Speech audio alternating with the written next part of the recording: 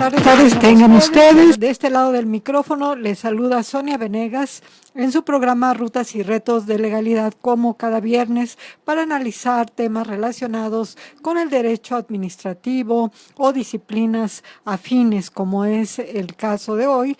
Hoy vamos a tener nuestro segundo programa sobre análisis del paquete económico. Dada la trascendencia del tema, es que le hemos dedicado más de una sesión. Nos acompaña para este análisis el contador Omar Pérez, maestro de la Facultad de Contaduría y Administración, y pues también aquí miembro de la comunidad de la Facultad de Derecho. Buenas tardes, contador, ¿cómo está? Muy buenas tardes, doctora. Muy bien, muchas gracias por la invitación. Creo que es la segunda de este año. Sí. Si te acercas más al micrófono. Ajá. ¿Ahí se escucha bien? Más. Ok, ahí. Perfecto. Ahora sí, buenas tardes, doctora. Pues le agradezco mucho la invitación. Creo que es la segunda del año. Y pues vamos a platicar un poco del paquete económico para 2020. Sí, muy interesante. Antes de entrar al análisis, quiero mencionarles y anunciarles, prácticamente hacer un comercial, que la próxima semana, el 8 y 9 de octubre de 2019, tendremos un congreso internacional denominado Seguridad Humana y la Operación de la Seguridad Pública. Las mesas iniciarán a partir del martes 8 de octubre a las 9 de la mañana. El primer bloque concluirá a la 1 de la tarde y a las 5 de la tarde empieza la segunda mesa de 5 a 7. El miércoles de 9:40 a 12:20 y lo mismo de 5 a 7. Son prácticamente, pudiéramos decir, 4 bloques y se va a otorgar a quienes se inscriban y registren el 100% de asistencias, van a tener una constancia oficial. Es muy interesante el análisis de este tema porque vamos a revisar toda la legislación secundaria en materia de seguridad pública a partir de la creación de la Guardia Nacional. Por ejemplo, tenemos la Ley Orgánica de la Guardia Nacional, la Ley Orgánica, la Ley Nacional sobre el Uso de la Fuerza, la Ley Nacional de Registro de Detenciones y el Sistema Nacional de Seguridad Pública.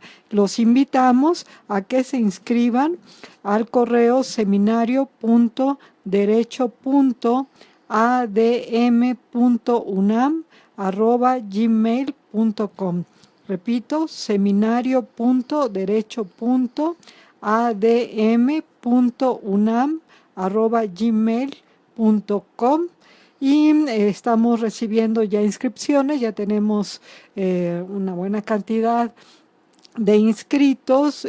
En la mesa, la primera mesa empieza el martes a las 9, estaremos media hora antes por si alguien de último momento decide inscribirse. Muchas gracias. Bien, pues vamos a empezar con este análisis. La semana pasada estuvimos revisando las propuestas para ley de ingresos, algunos temas de gasto inclusive.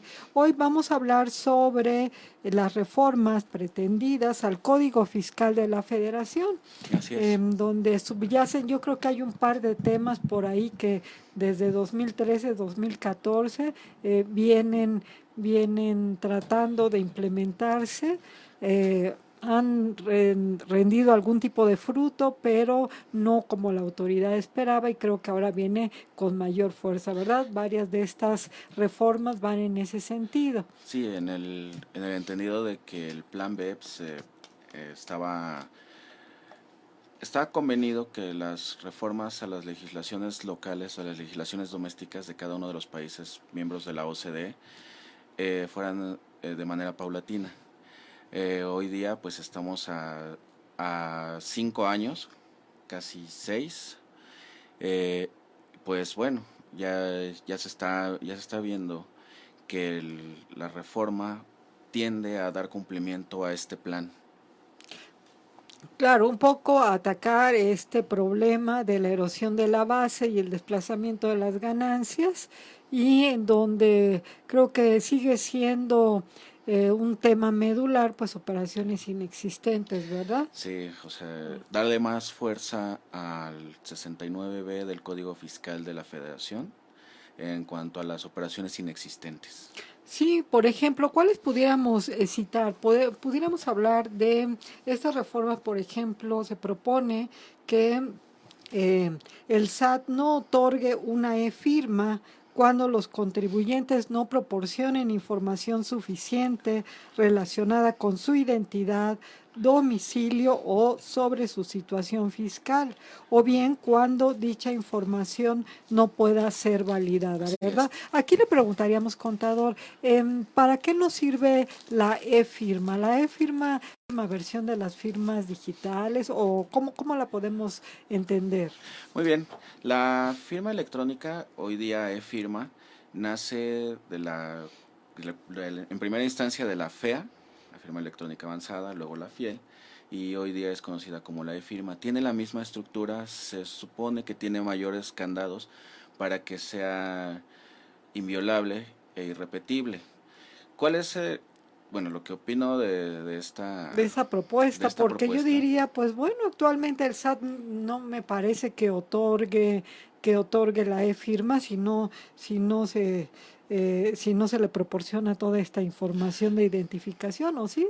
Claro, de hecho, bueno, ya le van a dar fuerza a través del Código Fiscal de la Federación, pero en las administraciones locales ya se estaba gestando este tipo de medidas en el entendido de que para obtener la firma electrónica, la e-firma, que entiéndase que es la firma electrónica avanzada, tiene que solventar los requisitos establecidos en el anexo 1A de la resolución miscelánea fiscal.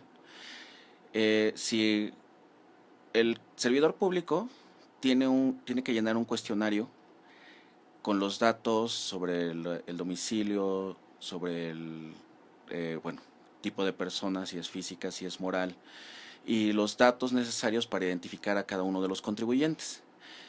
Aún así, si el servidor público no tenía la certeza de que esos datos fueran totalmente correctos o totalmente ciertos, el cuestionario en automático cerraba la posibilidad de solicitar la firma electrónica avanzada, la e-firma, para las personas, en particular las morales. ¿Por qué? Porque se les solicitaba en particular que se identificara el domicilio donde iban a tener su domicilio fiscal, donde iban a celebrar sus operaciones. En ese sentido, lo que bueno, se solicitaba que se solventara mediante un escrito libre, entregara los requisitos adicionales. So pena de que no le dieran el certificado de firma electrónica avanzada, con la consecuencia de no tener la posibilidad de crear su certificado de sello digital y no expedir facturas, no poder Sí, recibir. ahorita vamos al tema de los certificados, que también ahí van de la mano, pero entonces usted vería que la intención es simplemente recoger algo que ya se venía dando en la práctica a nivel interno y elevarlo como disposición legislativa. Sí, pasarlo de la miscelánea, de la resolución miscelánea fiscal, a el Código Fiscal de la Federación, y con eso darle mayor certeza jurídica al contribuyente. Ujú. Bien, también en el tema de los certificados de sello digital, dice que la autoridad podrá cancelar. Ya tenemos varios supuestos en los cuales puede la autoridad cancelar los certificados de sello digital, lo cual ahorita también me gustaría que le platicara a nuestra querida audiencia. ¿Por qué son tan importantes los sellos digitales, no? La vigencia de los certificados, porque pues hoy en día yo lo equipararía casi al congelamiento de las cuentas, o si no es que a veces pudiera ser peor, ¿verdad? Sí, claro. Bueno, En- Pero ahorita vamos. Aquí el primer supuesto que se propone de adicionar dice que se cancelarán los sellos cuando los certificados fueron utilizados para amparar operaciones inexistentes, simuladas, ilícitas, ya sea durante el ejercicio de facultades de comprobación o dentro del procedimiento del 69B, tanto para los emisores como para los receptores, ¿no? Como para uno y para otro. Vamos de a poco, entonces, sí, contador, platíquenos por qué son tan importantes estos certificados de sello digital y luego, pues aquí a todas luces, cuál es la intención del legislador de adicionar una causal más por el cual se puedan cancelar estos sellos. Muy bien, doctora. Bueno, yo siempre empiezo con una analogía para con mis alumnos respecto del certificado de sello digital. Antaño se solicitaban comprobantes fiscales en papel a través de un impresor autorizado. Después de la reforma, para que sean certificados, sean comprobantes fiscales digitales por internet, entonces se le quita esa facultad a los impresores autorizados y se le otorga al contribuyente. El certificado de sello digital es, bueno, en un ejemplo burdo, sería como un sello de goma en donde el contribuyente por medios propios crea sus comprobantes fiscales digitales Sí. y ese sello es la combinación de la firma electrónica del SAT y la firma electrónica del contribuyente y que hace único a ese sello y con ese sello bueno, se estampa en el comprobante digital a fin de saber quién lo está emitiendo. ¿Cuál considero que sea la intención de reformar bueno, de añadir esta parte del procedimiento de cancelación de certificado de sello digitales? Porque, bueno, en la exposición de motivos de la propia reforma se establece que, bueno, o más bien se ha detectado que la autoridad fiscal ha encontrado contribuyentes que venden facturas electrónicas o que realizan sus actividades sin tener activos o personal, o que Ujú. no tienen un domicilio fiscal identificado por la autoridad fiscal. Que no son localizados, ¿no? Así Como los es. denomina y ahí vienen otras causales también de cancelación de estos sellos en esos supuestos, ¿no? Así es. Entonces, ¿qué es lo que dice? Para darle mayor, para darle una facultad que sea cumplida por el SAT, le dicen, si tú, contribuyente, incurres en una de esas causales, vamos, bueno, vamos a limitarte el uso de ese certificado de sello digital y como lo decía la doctora, en este caso dejaría sin operaciones a la empresa, a la persona moral o en su caso a la persona física. ¿Por qué? Porque no podría expedir certificados, bueno, digo, no podría Comprobante. comprobantes fiscales, en, incluso no podría timbrar la nómina, los Sí, recibos de nómina. Entonces ya no solo está afectando a las operaciones del contribuyente, sino de los terceros que con él están relacionados. claro, se quedaría como paralizado, ¿no? Significa paralizar la actividad del contribuyente, la cancelación de estos sellos y estas causales pues van encaminadas a eso. Dice aquí cuando se hayan utilizado los comprobantes para operaciones inexistentes, simuladas o ilícitas. Cuando, sin ejercer sus facultades de comprobación, la autoridad fiscal determine que el domicilio no corresponde al local donde se encuentra la administración principal del negocio. Así es, o sea, recordemos lo que establece el artículo 10 del Código Fiscal de la Federación para, para personas, tanto para personas morales como para personas físicas. ¿Por qué? El, el domicilio fiscal corresponde, en este caso, al lugar o al principal asiento de operaciones de la empresa o de la persona física. En ese sentido, si no dan una operación, no dan un dato correcto el contribuyente a la autoridad, entonces tiene la facultad, la autoridad de limitar también el uso del sello, del certificado de sello digital. Muy bien. Antes de leer las siguientes causales, queremos enviar saludos muy afectuosos a la maestra Edna San Juan, porque siempre sigue los programas y forma parte de esta comunidad de Face, y además es una gran especialista en la materia fiscal, una gran servidora pública con una gran trayectoria, y además ha sido también invitada y por ahí también la vamos a invitar. Saludos a Víctor Salazar, a Gabriel Reyes, Ulises Aguilar, Cristian Cruz, que está aquí en la División de Educación Continua. Muchos saludos, Cristian, a Leti, a Nayeli y Arturo Uribe también. A todos ellos, muchas gracias por estarnos siguiendo en estos programas pues tan importantes. Entonces tenemos que cuando también no se encuentre en el domicilio en donde pues se dio de alta prácticamente, pues es el otro supuesto de relaciones inexistentes, ¿no? Cuando sea no localizable. Dice también se van a cancelar cuando existan inconsistencias entre la facturación de sus ingresos o retenciones y la información proporcionada en sus declaraciones. Pues estas inconsistencias habría que ver también la magnitud de ellas, ¿no? Claro, porque, bueno, hoy día, teniendo el SAT a la mano, la contabilidad electrónica del contribuyente y teniendo los comprobantes fiscales digitales en sus bases de datos, ellos pueden empezar a ejercer su revisión electrónica y darle una preliquidación al contribuyente. Claro, yo creo que esto de las inconsistencias, aquí sí, a mí me parece que se estaría excediendo un poquito, ¿no? Como que previamente puede haber en el Inter ejercicio de facultades de comprobación. En el caso de operaciones inexistentes, entiendo o quiero entender que es cuando ya se haya agotado el procedimiento del 69B, porque de otra suerte yo creo que probablemente ahí estaríamos vulnerando también derechos del contribuyente, ¿no?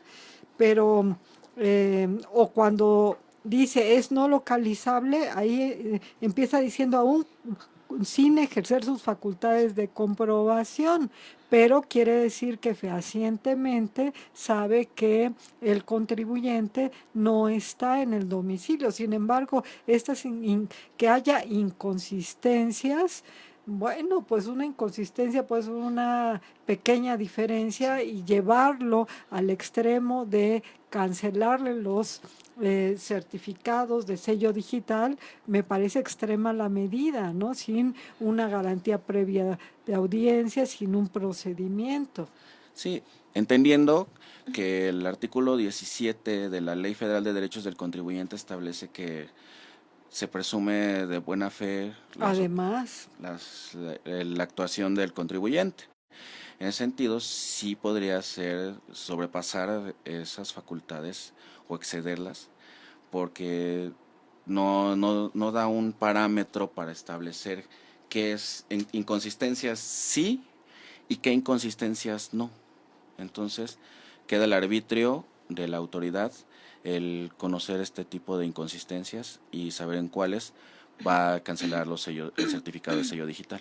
claro. Y en la cuarta dice, cuando la autoridad fiscal detecte, otra vez vuelve a repetir, aún sin ejercer facultades de comprobación, que los datos proporcionados por el contribuyente como medios de contacto son incorrectos o falsos. Okay. Aquí, ¿qué opinión le merece? Digo, a mí ya me está haciendo mucho ruido esta constante de la expresión, aún sin ejercer sus facultades de comprobación. O sea que, a ver, ¿usted cómo lo ve? Y ahorita lo comentamos aquí, Pues contador. últimamente en el Tribunal Federal de Justicia Administrativa se ha cocinado la idea de la materialidad de las operaciones del contribuyente, es Sí, decir, darle una razón económica, o sea, tener a la mano las probanzas suficientes para decir que la operación asentada en un comprobante digital existió, o sea, no es nada más por expedir un comprobante que se dé por hecho que ya, que ya se tiene todas las probanzas necesarias para para dar por entendido que esa operación existe. Entonces, yo entiendo también que ahí el legislador sigue con la idea que está establecida en una jurisprudencia de la propia Corte, estableciendo que el procedimiento establecido en el 69B nos limita también a las facultades de comprobación de la autoridad establecidas en el artículo 42 del Código. Más bien que se utilice de las facultades de comprobación establecidas en el 42, se pueda llegar a tener un procedimiento del 69B del Código Fiscal de la Federación. Claro, claro, o sea, previo ejercicio de facultades, porque aquí me parece cuando la autoridad detecte sin ejercer que los datos proporcionados por el contribuyente como medios de contacto son incorrectos o falsos. Em, ¿Cuáles son los datos de contacto que normalmente le damos a la autoridad? Sí, ahí también la exposición. Sería sería el correo electrónico, sería el teléfono celular. De hecho, son ambos. ¿Por qué? Porque cuando uno quiere entrar a consultar la constancia de situación fiscal del contribuyente, o lo que establece el 32, la 32D del Código Fiscal, como se conoce en el argot contable, Sí, te piden que primero habilites el buzón tributario a fin de que te tenga identificado a la autoridad. En este sentido, te pide un correo electrónico o un número de celular o ambos, que es lo que argumentan en la exposición de motivos de esta reforma, que hay contribuyentes que no han otorgado un un correo correo electrónico. correcto o un número de celular falso. ¿Por qué? Porque se tiene por notificado en buzón tributario a partir del tercer día que llega el mensaje al Claro. buzón. Entonces, para evitar que un posible conflicto con la autoridad por mala notificación en buzón tributario, dicen, quiero asegurarme de que los datos de contacto del contribuyente estén correctos. So pena también de entonces bloquear el certificado de sello digital. Digo, yo creo que esto pudiera hacerse mucho más ágil si en el mismo momento que que lo proporciona el contribuyente se verifica ahí delante del mismo contribuyente, ¿no? Evitando esto. ¿Por qué? Porque probablemente vamos a pensar en la buena fe del contribuyente, se le va un dígito o al servidor público cuando está tomando la información o una grafía, ¿no? Entonces, y ya con esto daría lugar para que inmediatamente, y ese es el otro punto, cómo se daría cuenta la autoridad sin ejercer facultades de comprobación que que es falso o es incorrecto el correo o el teléfono. ¿Por qué? Porque él estará enviando una información a un correo y ese correo electrónico pues estaría surtiendo sus efectos. Claro, pero si no lo estableció así el contribuyente, entonces pues está mandando un correo electrónico, una notificación a alguien que no, bueno, a un correo que no va a ver el contribuyente. Se supondría que el contribuyente debe de estar atento de su buzón tributario y que lo debería de estar revisando constantemente, pero en la práctica pocas veces ocurre. Claro, y bueno, después vienen otros dos supuestos, dice por la comisión por parte del contribuyente de las infracciones relacionadas con el RFC, el pago de contribuciones, la presentación de declaraciones, solicitudes y avisos y la contabilidad, así en lo general, ¿no? Infracción, bueno, sí, recordando aquí que el Código Fiscal trae sistematizadas las infracciones, ¿no? Y creo que va obedeciendo como que a cada número de artículos, infracciones relacionadas con el RFC, el pago de contribuciones, pero creo que es un gran abanico que está abarcando para esta posibilidad de certificados de sello digital, ¿no? Sí, considero que es amplio, está aumentando aún bueno, las posibilidades que surgen para caer en alguna de las infracciones, cometer alguna de las infracciones, y por lo tanto eh, ser acreedor a que te cancelen el certificado del sello digital. El artículo como está establecido, o al menos en el dictamen de las cámaras, dice que se va a dar oportunidad al contribuyente de que si no se presenta una declaración al mes siguiente ya te están cancelando el certificado de sello digital. Eso sí es algo Bueno, alarmante. sí, claro. Digo, bueno, aquí el proyecto como proyecto todavía no menciona esa parte. Dice, por la comisión por parte del contribuyente de esta lista de infracciones, que además, pensando en cada uno de los tipos de infracciones, es una gran cantidad. Estaríamos hablando aquí, por lo pronto, yo creo que por lo mínimo de unos 50 tipos de infracciones. Entonces, imagínense, ahora sí que este, este procedimiento, en caso de que fuera aprobado, este procedimiento de cancelación de certificados de sello, pues sería como pues la sanción más importante, ¿no? O una de Sí, las más importantes. Y nuevamente, en un sexto supuesto, cuando la autoridad no ejerza sus facultades de comprobación, otra vez, a aquellos contribuyentes que se detecte que han efectuado la transmisión indebida de pérdidas fiscales y se encuentren en el listado definitivo a que se refiere el 69B bis. Bueno, aquí cuando menos es un poquito más razonable porque dice ya cuando están en el listado definitivo. sí, de hecho, esa sería la idea, en cómo cubrir esta parte de, bueno, si se aprobara la reforma, está revisando constantemente el listado que publica el SAT trimestralmente. ¿Para qué? Para saber si alguno de los proveedores con los que tenemos operaciones no están incluidos en esa lista, o si están incluidos pero ya resolvieron sus diferencias, o si ya le entregaron la documentación comprobatoria a la autoridad. Entonces, pensaría más bien que es un problema de control interno de la entidad, o el control interno de la persona física, el de darse el tiempo de revisar una, estos listados para poder presumir la buena fe del contribuyente. No, bueno, pues sí. Y posteriormente dice, se establece un procedimiento para que los contribuyentes puedan hacer las aclaraciones y subsanar las irregularidades y restablecer los sellos. Pero pues eso no es nuevo, ya lo teníamos en caso de que se le cancelen los sellos digitales a los contribuyentes. Existe un procedimiento que se lleva sus días. Bueno, lo interesante de lo que plantea la reforma es que ahora establece 10 días para que la autoridad resuelva, no como antes, que podían ser 3, 10 o 15.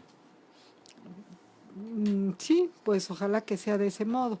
Dice, por último, las personas que hayan celebrado operaciones con empresas de las listadas en el 69B, este, tendrán 30 días para corregir su situación fiscal, ¿no? A más tardar en marzo de 2020. Bueno, aquí ya no entiendo porque dice en 30 días siguientes a la publicación y a más tardar en marzo de 2020, mediante la presentación de complementarias. Pues yo veo esa propuesta tendiente bueno, a darle fuerza a lo que establece el párrafo octavo del 69B, donde se establece que se deben de presentar declaraciones complementarias para, bueno, de las personas que hayan identificado o que la autoridad les haya dicho que le dieron efectos fiscales a comprobantes de personas que están incluidas en estos listados. Entonces, dice que son 30 días hábiles a partir de la publicación de esa reforma, pero está dando como fecha, pues podríamos decirle fecha fatal, el 31 de marzo, en el entendido de que es cuando se vence el El plazo. plazo para personas morales de presentar su declaración anual del ejercicio. Perfecto. Ya un poquito tarde, pero vamos a dar lugar, vamos a dar un espacio a la cápsula, no sin antes saludar al maestro José de Jesús Román Esquivel, a ver cuándo nos hace el honor de visitarnos por aquí, maestro, muy estimado por nosotros y un gran especialista en la materia administrativa, quien nos envía felicitaciones por el programa. Jazz Hernández saluda al profesor Omar, lo mismo que Ileana. Bueno, Gracias. pues vamos a escuchar la cápsula informativa de la semana a cargo de la maestra Ana María Ramírez. Administrativas. Les presentamos lo más relevante del ámbito jurídico en materia administrativa.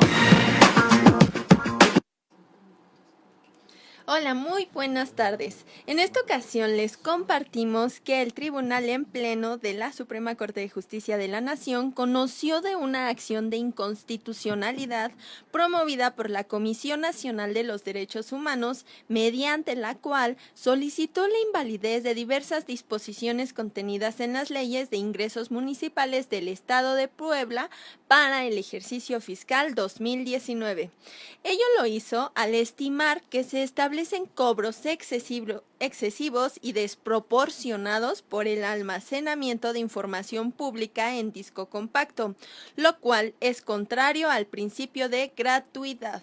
En ese sentido, el Pleno declaró la invalidez de las normas reclamadas al considerar, entre otras cuestiones, que en el proceso legislativo no se advertía la justificación del cobro del costo establecido en diversas leyes municipales respecto del almacenamiento de información en este tipo de dispositivos electrónicos, lo que generaba que la cuota prevista careciera de razonabilidad. Así también, por las mismas razones, se declaró la invalidez en vía de consecuencia de diversas disposiciones relacionadas con el cobro por la expedición de hojas simples. Y en otro aspecto, a través de un recurso de reclamación, la segunda sala revocó un acuerdo dictado por el presidente de la Suprema Corte de Justicia de la Nación, y esto es muy, muy importante, estimada comunidad, mediante el cual se desechó un recurso de revisión por considerar que en la demanda no se planteó ningún concepto de violación sobre la inconstitucionalidad o inconvencionalidad de una norma específica ni la interpretación constitucional o tratado internacional. En el asunto, la empresa Google México interpuso un amparo directo en revisión en contra de la resolución de un tribunal colegiado que concedió el amparo a un peticionario a fin de que dicha empresa de Internet hiciera la cancelación de sus datos personales. Al respecto, la segunda sala declaró fundado el recurso de reclamación y ordenó la admisión del recurso de revisión, pues estimó que con dicho pronunciamiento se establecería el alcance del criterio que sostuvo el tribunal colegiado en el sentido de que se justifica que los órganos jurisdiccionales se encuentran obligados a allegarse de medios probatorios para el mejor conocimiento de los hechos, aplicando la supletoriedad de la ley, y se está en juego, obviamente, un derecho humano, como lo es la protección de la vida privada, y por lo cual en el análisis de la solicitud de cancelación de datos personales que obra en Internet, por ello resultó compatible con que la regulación del juicio contencioso administrativo sea de estricto derecho. En novedades administrativas, Ana María Ramírez. Novedades administrativas. Esto fue una producción. Bueno, estamos de regreso con el contador Omar Pérez, hablando sobre paquete económico, particularmente Código Fiscal de la Federación. Nos quedan ya muy poquitos minutos, dos minutitos para concluir nuestro programa. Contador, hay un tema por ahí que creo que nos hace mucho ruido como asesores fiscales, ¿verdad? Esto de la revelación de esquemas reportables. ¿Qué nos pudiera decir de una manera muy, muy sucinta, muy resumida? Los esquemas reportables que traen aparejado que se revise en conjunto con la autoridad las planeaciones o los esquemas que se le vendan a un contribuyente, a uno de nuestros clientes como asesores fiscales, a fin de que la autoridad tenga la posibilidad de revisarlo y dar una opinión al respecto, que puede ser positiva o negativa. Si es negativa, se puede, y no le convence al contribuyente esa respuesta, se puede atender, bueno, se puede acudir más bien a los recursos establecidos en las leyes fiscales como medios de defensa. Porque esto levantó ámpula en el sentido de que todos dicen que ahora nos vamos a tener que confesar con el SAT. Y no es así. La idea es, bueno, yo lo veo de esta forma, es hacer una consulta anticipada al Servicio de Administración Tributaria a fin de que dé la opinión de si está de acuerdo o no está de acuerdo con ella. Porque la exposición de motivos argumenta que en otros países, como en la Gran Bretaña o Irlanda, les ha funcionado a sus administraciones tributarias el de los esquemas reportables. ¿Para qué? Para evitar que se erosione la base fiscal en México. Bueno, yo la verdad sí la veo un poquito exagerada porque pues sería tanto como que los asesores fiscales, cualquier consulta que nos hagan, a su vez la estemos subiendo a la autorización del SAT y luego todavía nos señala ahí, ¿no?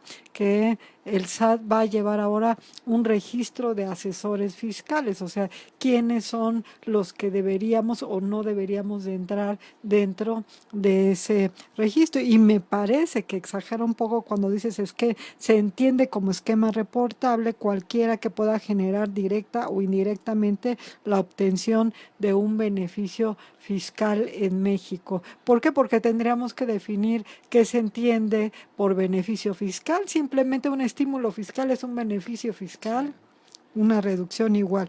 Eh, mm, Le mandan saludos al contador Omar Marisol Rojas. Excelentes aportaciones. Muchas gracias, Marisol. Es mi compañera del SAT. Cuando alguna vez trabajé para el lado oscuro de la fuerza. No, yo creo que pues sí hay que tratar de ser siempre en un análisis muy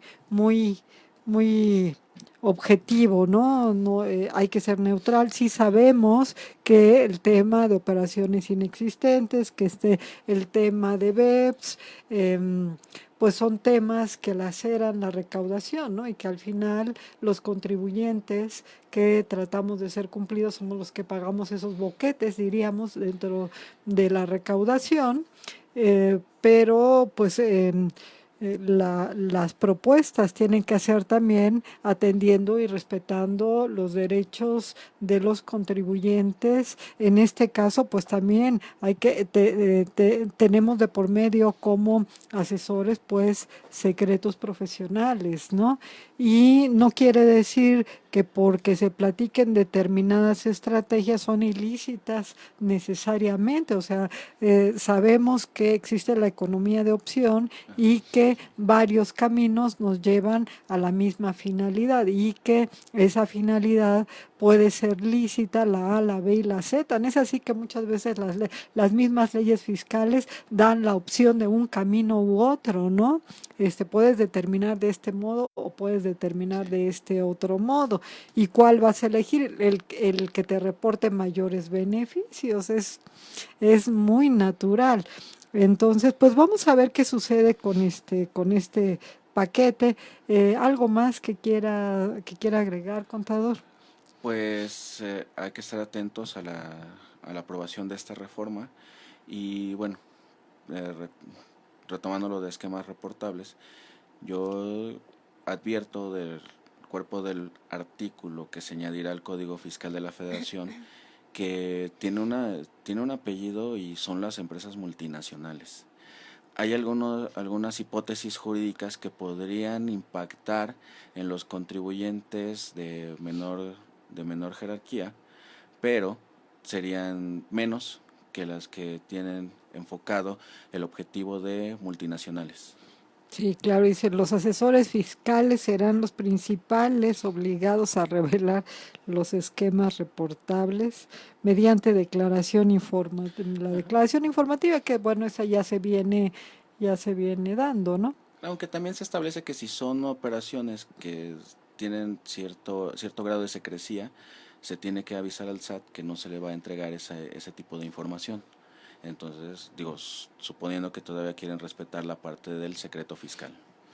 Perfecto. Pues muchas gracias, contador. Yo quiero nuevamente para los que nos sintonizaron más tarde, recordarles que a partir del martes y miércoles tendremos el Congreso Internacional Seguridad Humana, la operación de la seguridad pública. Es el análisis de la reforma secundaria en materia de seguridad pública, inclusive enlazándola a la misma reforma constitucional, porque todas las mesas hablan de reforma constitucional ahora que lo veo. El auditorio es en el Eduardo García Maínez, aquí en la Facultad de Derecho, en Ciudad Universitaria.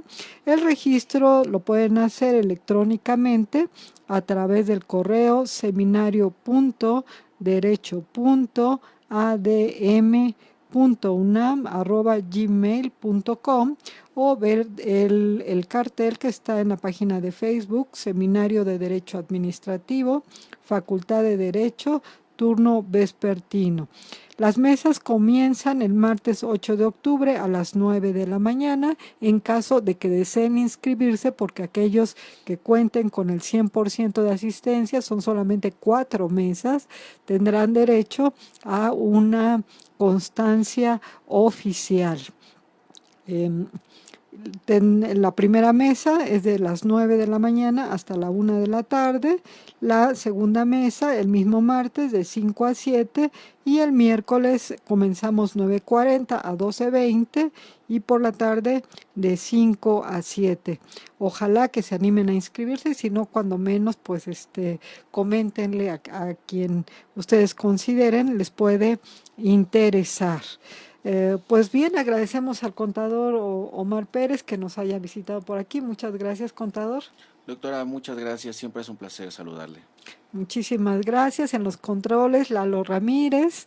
Le enviamos un caluroso saludo a Juan Antonio Negrete, que hoy no estuvo por aquí porque está con la logística del Congreso que les acabo de comentar y siempre apoyándonos en YouTube, en el mismo Face. Agradecemos a la maestra Anita Ramírez, siempre tan cumplida, tan puntual, ¿verdad? Y también en la logística de el programa, y también seguramente estará en el Congreso muy activa por ahí. No nos resta más que desearles que tengan un excelente fin de semana. Nos escuchamos la siguiente semana, el viernes a la 1 de la tarde. Gracias por su atención, querida Gracias. audiencia. Esto fue una producción de Yus Canal Multimedia.